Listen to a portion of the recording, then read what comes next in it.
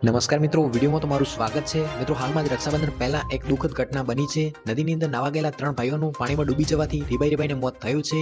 એક જ પરિવારના 3 દીકરાની અર્થી ઉડતા અત્યારે આખું ગામ હિપકે ચડ્યું છે.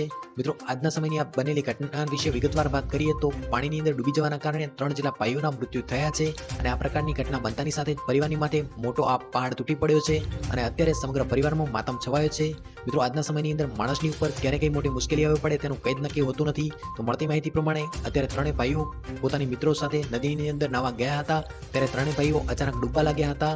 તો મિત્રો, તેઓ 3 ભાઈઓએ અચાનક બૂમાબૂમ કરી હતી, જેના કારણે આસપાસના લોકો પણ તાત્કાલિક ધોરણે તેઓ ઘટના સ્થળે ભેગા થઈ ગયા હતા અને ઘટનાની માહિતી મળતા જ પોલીસ અને સ્થાનિક તરવૈયાની ટીમ પણ મદદ અર્થે આવી પહોંચી હતી.